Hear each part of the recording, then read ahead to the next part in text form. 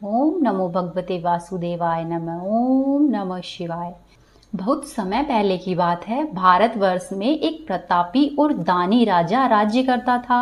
वह राजा नित्य ही गरीबों और ब्राह्मणों की सहायता किया करता। यह बात उसकी रानी को अच्छी नहीं लगती थी। वह न ही गरीबों को दान देती और न ही भगवान आदि का पूजन किया करती और राजा को भी दान देने से मना किया करती थी। एक दिन राजा शिकार खेलने के लिए वन में गए हुए थे और रानी महल में अकेली थी। उसी समय पर बृहस्पति देव साधु के वेश में राजा के महल में भिक्षा मांगने के लिए गए और वहां पर जाकर उन्होंने भिक्षा मांगी। रानी ने भिक्षा देने से इनकार कर दिया और कहा कि हे साधु महाराज, मैं तो दान पुण्य से तंग आ गई हूँ। मेरा पति भी सारा धन लुटाते रहते हैं। मेरी ये इच्छा है कि हमारा धन नष्ट हो जाए, फिर न रहेगा बांस और न ही बजेगी बांसुरी। उसकी ऐसी बात सुनकर साधु ने कहा कि हे देवी, तुम तो बड़ी विचित्र हो। धन संतान ये तो सभी चाहते हैं।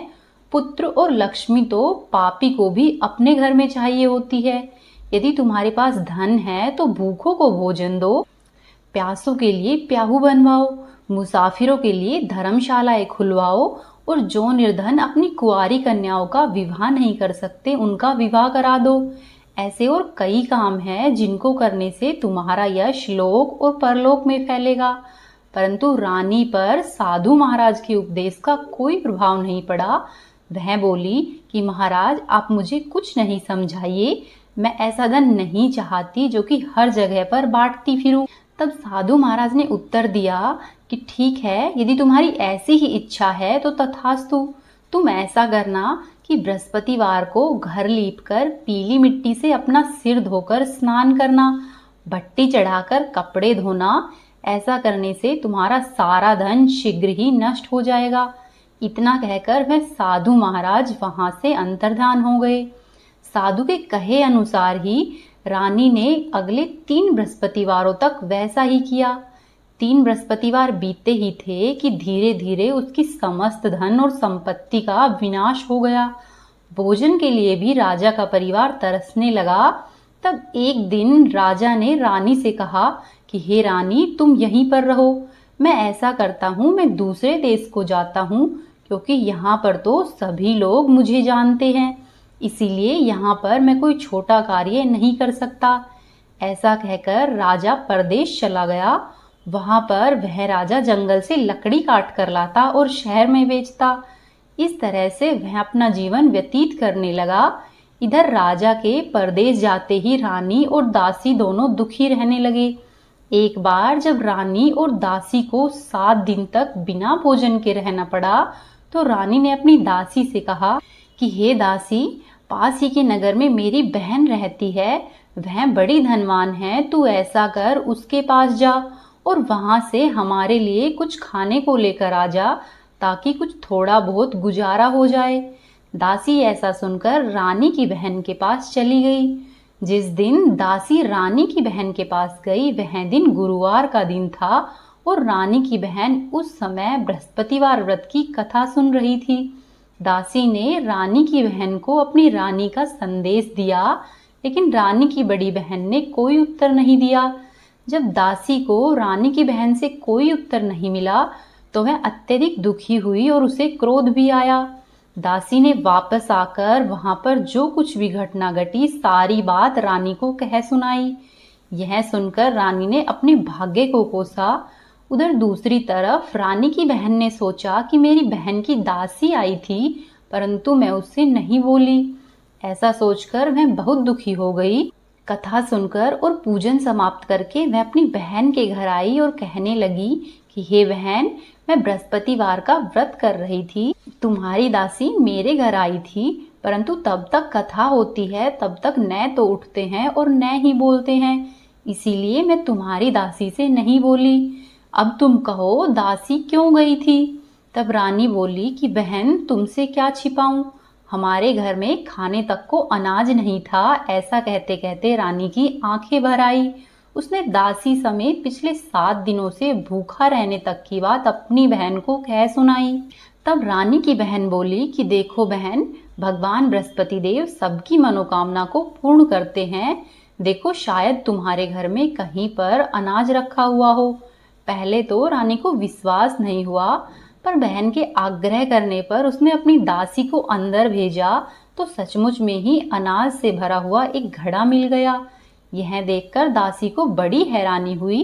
दासी रानी से कहने लगी कि हे रानी, जब हमको भोजन नहीं मिलता था तो हम व्रत ही तो करते थे, इसीलिए क्यों न इनसे व्रत और उसकी कथा व उसकी विधि भी पूछ ली जाए, ताकि हम भी इस व्रत को रख सकें।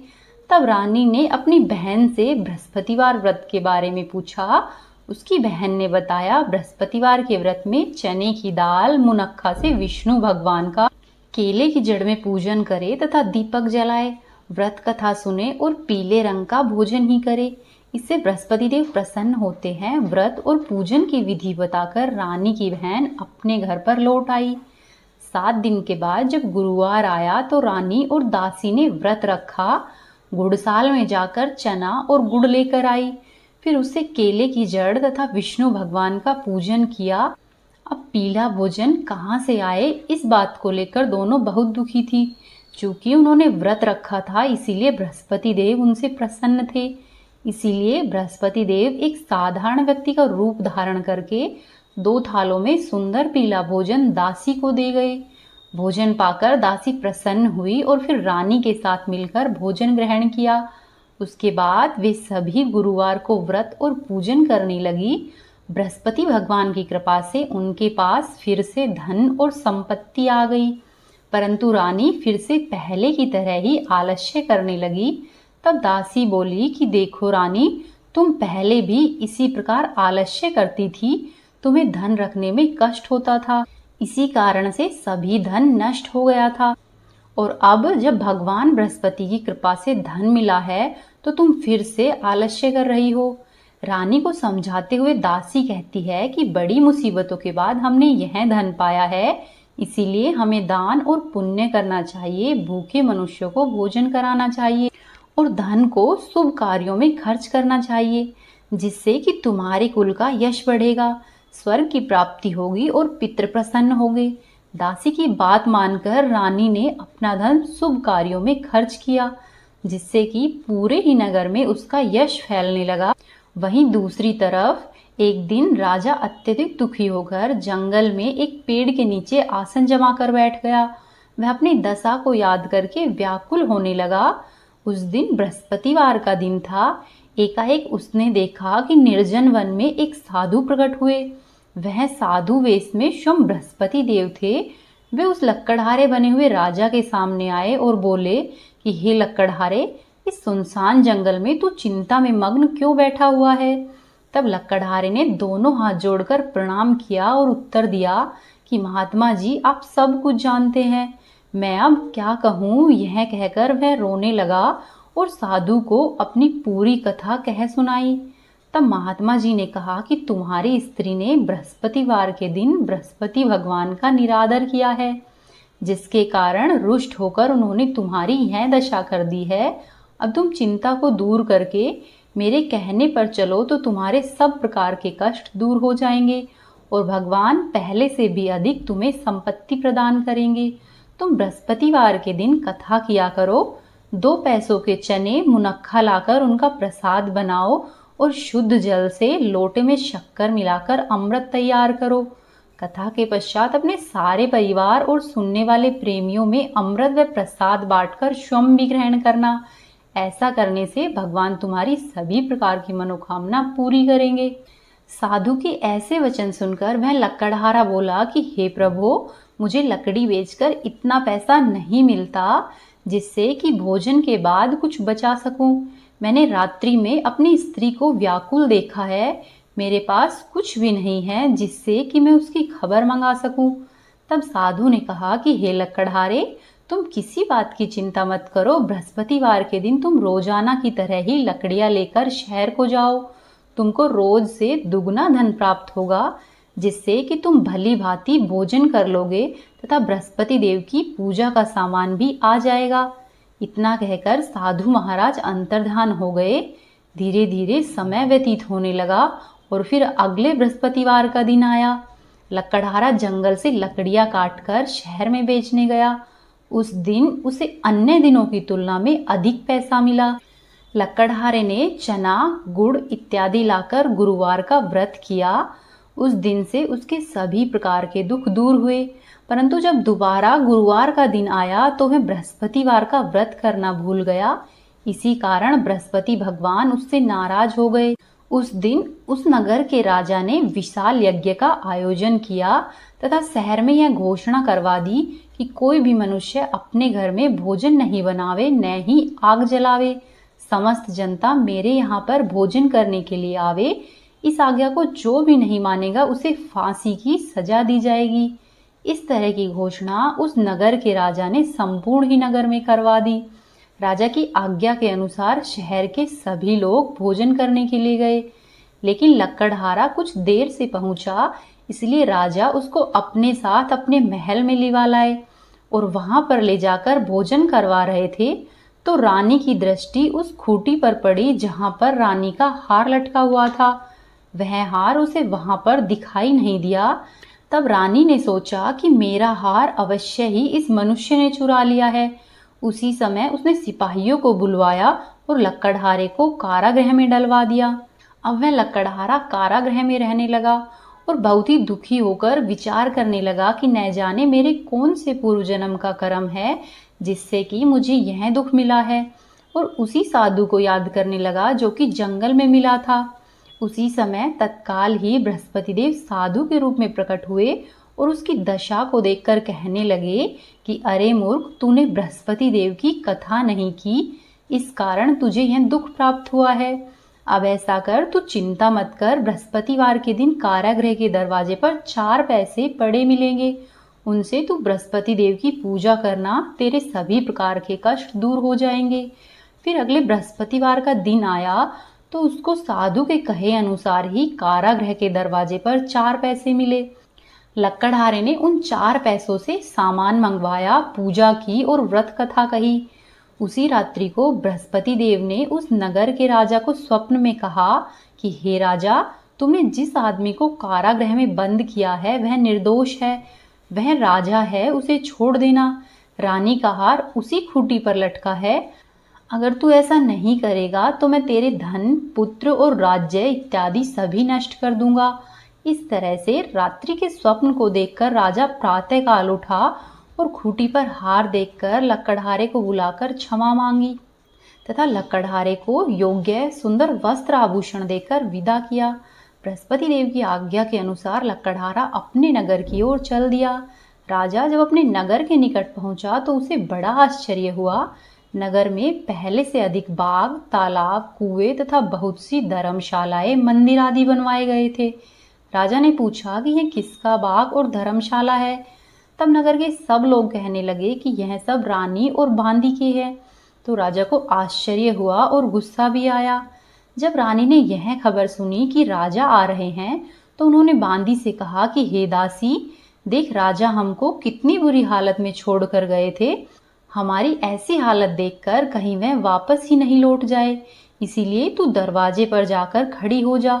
आज्ञा के अनुसार दासी दरवाजे पर खड़ी हो गई। राजा आए तो उन्हें अपने साथ लिवा कर ले आई। तब राजा ने क्रोध करके अपनी रानी से पूछा कि तुम्हें यह सब धन किस प्रकार से प्राप्त हुआ है। तब रानी ने कहा कि हमें यह सब धन बृहस्पतिवार के व्रत के प्रभाव से प्राप्त हुआ है। तब राजा ने निश्चय किया कि 7 रोज बाद तो सभी बृहस्पति देव का पूजन करते हैं, परंतु मैं तो प्रतिदिन दिन में 3 बार कहानी तथा रोज व्रत किया करूंगा।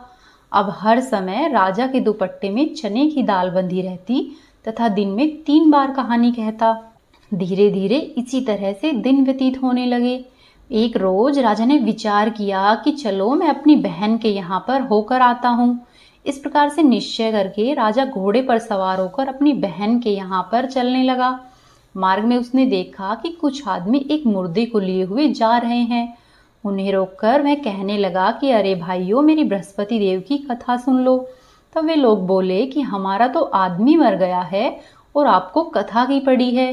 परंतु कुछ आदमी बोले कि अच्छा कहो, हम तुम्हारी कथा को भी सुन लेंगे। तब राजा ने दाल निकाली और जब कथा आधी हुई तो वह मुर्दा हिलने लग गया और जब कथा समाप्त हो गई तो वह राम राम कहकर उठकर खड़ा हो गया। वहां पर कथा कहकर राजा आगे चल पड़ा। आगे चलने पर मार्ग में राजा ने देखा कि एक किसान अपने खेत में हल जोत रहा है। राजा ने उसे देखा और उससे कहा कि अरे भैया, तुम मेरी बृहस्पतिवार की कथा सुन लो। तब किसान बोला कि जब तक मैं तेरी कथा सुनूंगा तब तक 4 हरइये जोत लूंगा, जाकर अपनी कथा किसी और को सुनाना। ऐसा सुनकर राजा वहां से आगे चलने लगा। राजा के जाते ही बैल पछाड़ खाकर गिर गया और किसान के पेट में बड़ी जोर से दर्द होने लगा। उसी समय किसान की माँ रोटी लेकर आई हुई थी। उसने जब यह देखा तो अपने पुत्र से सब हाल पूछा। तब किसान ने राजा का कहा हुआ कह सुनाया। तब बुढ़िया दौड़ी दौड़ी उस घुड़सवार के पास गई और उससे बोली कि मैं तेरी कथा सुनूंगी, तू अपनी कथा मेरे खेत पर चलकर कहना। फिर राजा बुढ़िया के साथ खेत पर आ गया और वहां पर आकर बुढ़िया व किसान से कथा कही। उसके सुनते ही वह बैल उठकर खड़ा हो गया और किसान के पेट का दर्द भी बंद हो गया। फिर राजा अपने मार्ग में आगे बढ़ गया। जब राजा अपनी बहन के घर पर पहुंचा तो बहन ने भाई की खूब मेहमानी की। दूसरे दिन प्रातःकाल जब राजा उठा तो उसने देखा कि सब लोग भोजन कर रहे हैं। राजा ने अपनी बहन से कहा कि हे बहन, ऐसा कोई मनुष्य है जिसने भोजन नहीं किया हो, जो मेरी बृहस्पतिवार की कथा सुन ले। तब बहन बोली, हे भैया, यह देश ही ऐसा है कि इसमें लोग पहले भोजन करते हैं, बाद में और दूसरे काम करते हैं। अगर पड़ोस में ऐसा कोई हो तो मैं जाकर देख कर आती हूँ। ऐसा कहकर वह देखने चली गई, परंतु उसे ऐसा कोई भी व्यक्ति नहीं मिला कि जिसने अब तक भोजन नहीं किया हो। फिर हार कर वह एक कुम्हार के घर पर पहुंची जिसका कि लड़का बीमार था। तब उसे मालूम हुआ कि उसके यहाँ पर तो 3 रोज से किसी ने भी भोजन नहीं किया है। तब राजा की बहन ने अपने भाई की कथा सुनने के लिए कुम्हार से कहा। वे सब तैयार हो गए। तब राजा ने जाकर बृहस्पतिवार की कथा सुनाई। उस कथा को सुनकर उनका बीमार लड़का ठीक हो गया। अब तो राजा की प्रशंसा होने लगी। एक रोज राजा ने अपनी बहन से कहा कि हे बहन, अब हम अपने घर को जाएंगे, तुम भी तैयार हो जाओ। तब राजा की बहन ने अपनी सास से कहा। तब सास ने कहा कि हाँ चली जा, परंतु अपने लड़कों को मत लेकर जाना, क्योंकि तेरी भाभी की कोई भी औलाद नहीं है। तब बहन ने अपने भैया से कहा कि हे भैया, मैं तो चलूंगी पर कोई बालक नहीं जाएगा। तब राजा बोला कि जब कोई बालक ही नहीं जाएगा तब तुम जाकर क्या करोगी। ऐसा कहकर राजा बड़े दुखी मन से अपने नगर को लौट आया और राजा ने वापस आकर अपनी रानी से कहा कि हम लोग निर्वंशी है, हमारा मुंह देखने का भी धर्म नहीं है और कुछ भोजन आदि भी नहीं किया, और राजा बहुत दुखी रहने लगा। तब रानी बोली कि हे राजन, बृहस्पति देव ने हमें सब कुछ दिया है, वह हमें औलाद भी अवश्य ही देंगे। उसी रात को बृहस्पति देव ने राजा से स्वप्न में कहा कि हे राजा, उठ, सभी प्रकार के सोच को त्याग दे, तेरी रानी गर्भ से है। राजा यह बात को सुनकर बड़ा ही प्रसन्न हुआ और 90वें महीने में रानी के गर्भ से एक सुंदर पुत्र ने जन्म लिया। तब राजा बोले कि हे रानी, स्त्री बिना भोजन के रह सकती है, परंतु बिना बात कहे हुए नहीं रह सकती। जब मेरी बहन आवे तो तुम उससे कुछ भी नहीं कहना। रानी ने यह सुनकर हाँ कर दिया और जब राजा की बहन को भतीजे होने का समाचार मिला तो वह बहुत ही खुश हुई और बधाई लेकर अपने भाई भाभी के यहाँ पर आई। तब रानी ने अपनी ननद से कहा कि घोड़ा चढ़कर तो नहीं आई, गधा चढ़ी आई है। तब राजा की बहन बोली कि भाभी, यदि मैं इस प्रकार नहीं कहती तो तुम्हें औलाद कैसे मिलती। बृहस्पति देव ऐसे ही हैं, जैसी जिसके मन में कामना होती है वह सभी को पूर्ण करते हैं। जो भी सद्भावना पूर्वक बृहस्पतिवार का व्रत करता है और कथा पढ़ता है अथवा सुनता है या दूसरों को सुनाता है, बृहस्पति देव उसकी सभी प्रकार की मनोकामना पूर्ण करते हैं। भगवान बृहस्पति देव उसकी सदैव रक्षा करते हैं। संसार में जो भी मनुष्य सद्भावना से भगवान का पूजन व व्रत सच्चे मन से करते हैं, उसकी सभी प्रकार की मनोकामना भगवान बृहस्पति देव पूर्ण करते हैं। जैसी सच्ची भावना से राजा और रानी ने उनकी कथा का गुणगान किया तो उनकी सभी प्रकार की इच्छाएं बृहस्पति देव ने पूर्ण की थी। इसलिए पूरी कथा सुनने के बाद प्रसाद अवश्य ही ग्रहण करना चाहिए व सच्चे मन से प्रभु का जयकारा करना चाहिए। बोलो बृहस्पति देव की जय, बोलो भगवान विष्णु की जय। अब आप सुनिए बृहस्पति देव की अगली कहानी। किसी समय की बात है, एक गांव में एक निर्धन ब्राह्मण रहता था। उसकी कोई संतान नहीं थी। उसकी स्त्री बहुत ही मलिनता के साथ रहती। वह न तो स्नान करती व न ही किसी देवता का पूजन किया करती। उसकी इस बात से ब्राह्मण अत्यधिक दुखी थे। बेचारे अपनी स्त्री से बहुत कुछ कहते, किंतु उसका कुछ भी परिणाम नहीं निकलता। भगवान की कृपा से ब्राह्मण की स्त्री को कन्या के रूप में एक रत्न प्राप्त हुआ। कन्या बड़ी होने पर प्रातः ही स्नान करके भगवान विष्णु का जाप करती व बृहस्पतिवार का व्रत करने लगी। अपने पूजन पाठ को समाप्त करके विद्यालय जाती तो वह अपनी मुट्ठी में जौ भर कर ले जाती और विद्यालय के मार्ग में जाते हुए जौ को डालती जाती। और जब वह विद्यालय से घर आती तो उन जौ को बीन कर लेकर आती। वो जौ स्वर्ण के जौ बन जाते। इसी तरह से धीरे धीरे दिन व्यतीत हो रहे थे। एक दिन वह बालिका सूप में उन सोने के जौ को फटक कर साफ कर रही थी। उसके पिता ने उसे ऐसा करते हुए देखा और कहा कि हे बेटी, सोने के जौ के लिए तो सोने का सूप होना चाहिए। उसके अगले दिन बृहस्पतिवार था। उस कन्या ने व्रत रखा और बृहस्पति देव से प्रार्थना की, हे प्रभु, यदि मैंने आपकी पूजा सच्चे मन से की हो तो मेरे लिए सोने का सूप दे दो। बृहस्पति देव ने उसकी प्रार्थना स्वीकार कर ली और रोजाना की ही तरह वह कन्या जब स्कूल से आते हुए जौ बीन कर ला रही थी तो बृहस्पति देव की कृपा से उसे रास्ते में सोने का एक सूप मिला। वह उसको लेकर घर पर आई और उसमें जौ साफ करने लगी, परंतु उसकी माँ का वही ढंग रहा। इसी तरह से धीरे धीरे दिन बीत रहे थे। एक दिन की बात है कि वह कन्या सोने के सूप में जौ साफ कर रही थी। उसी समय उस शहर का राजपुत्र वहां से होकर निकला। वह इस कन्या के रूप और कार्य को देखकर मोहित हो गया तथा अपने घर पर आकर भोजन तथा जल त्याग कर उदास होकर लेट गया।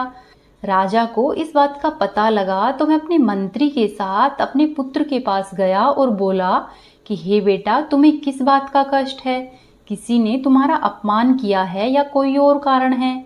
मुझसे कहो, मैं वह कार्य अवश्य ही करूंगा जिससे कि तुम प्रसन्न हो जाओ।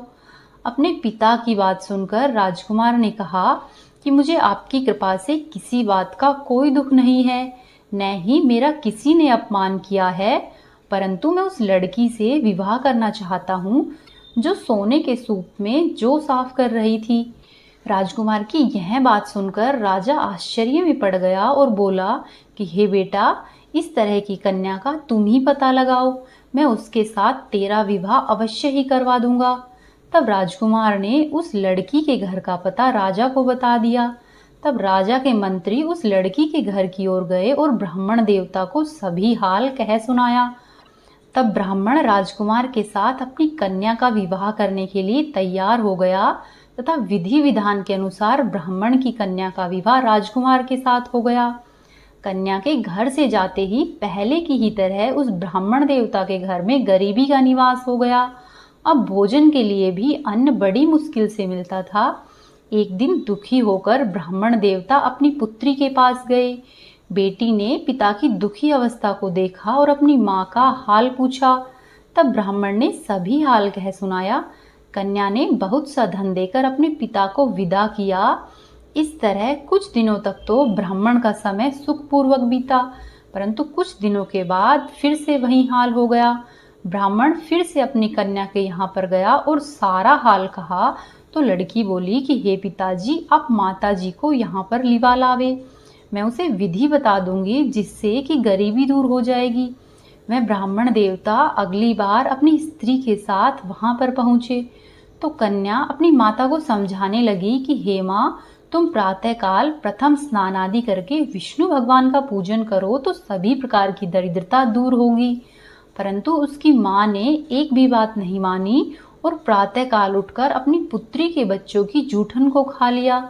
इससे उसकी पुत्री को बहुत ही क्रोध आया और उसने एक रात कोठरी में सभी सामान को निकालकर अपनी माँ को बंद किया। अगले दिन प्रातःकाल उसने अपनी माँ को कोठरी से बाहर निकाला, स्नानादि करवाया, विष्णु जी की पूजा करवाई, पाठ करवाया, कथा सुनाई। तो उसकी माँ की बुद्धि ठीक हो गई और फिर प्रत्येक बृहस्पतिवार को उसकी माँ भी व्रत रखने लगी। उस व्रत के प्रभाव से उसके माँ बाप बहुत ही धनवान और पुत्रवान हो गए और बृहस्पति जी के व्रत के प्रभाव से वे इस लोक के सभी प्रकार के सुख भोग कर अंत में स्वर्गलोक को प्राप्त हुए। बोलो श्री विष्णु भगवान की जय, बोलो बृहस्पति देव की जय। ये थी आज की बृहस्पतिवार की व्रत कथाएं। उम्मीद है आपको पसंद आई होगी। वीडियो को लाइक करें और अपने दोस्तों या रिश्तेदारों के साथ अधिक से अधिक शेयर करें और कमेंट बॉक्स में जय बृहस्पति देव और जय श्री विष्णु अवश्य ही लिखें।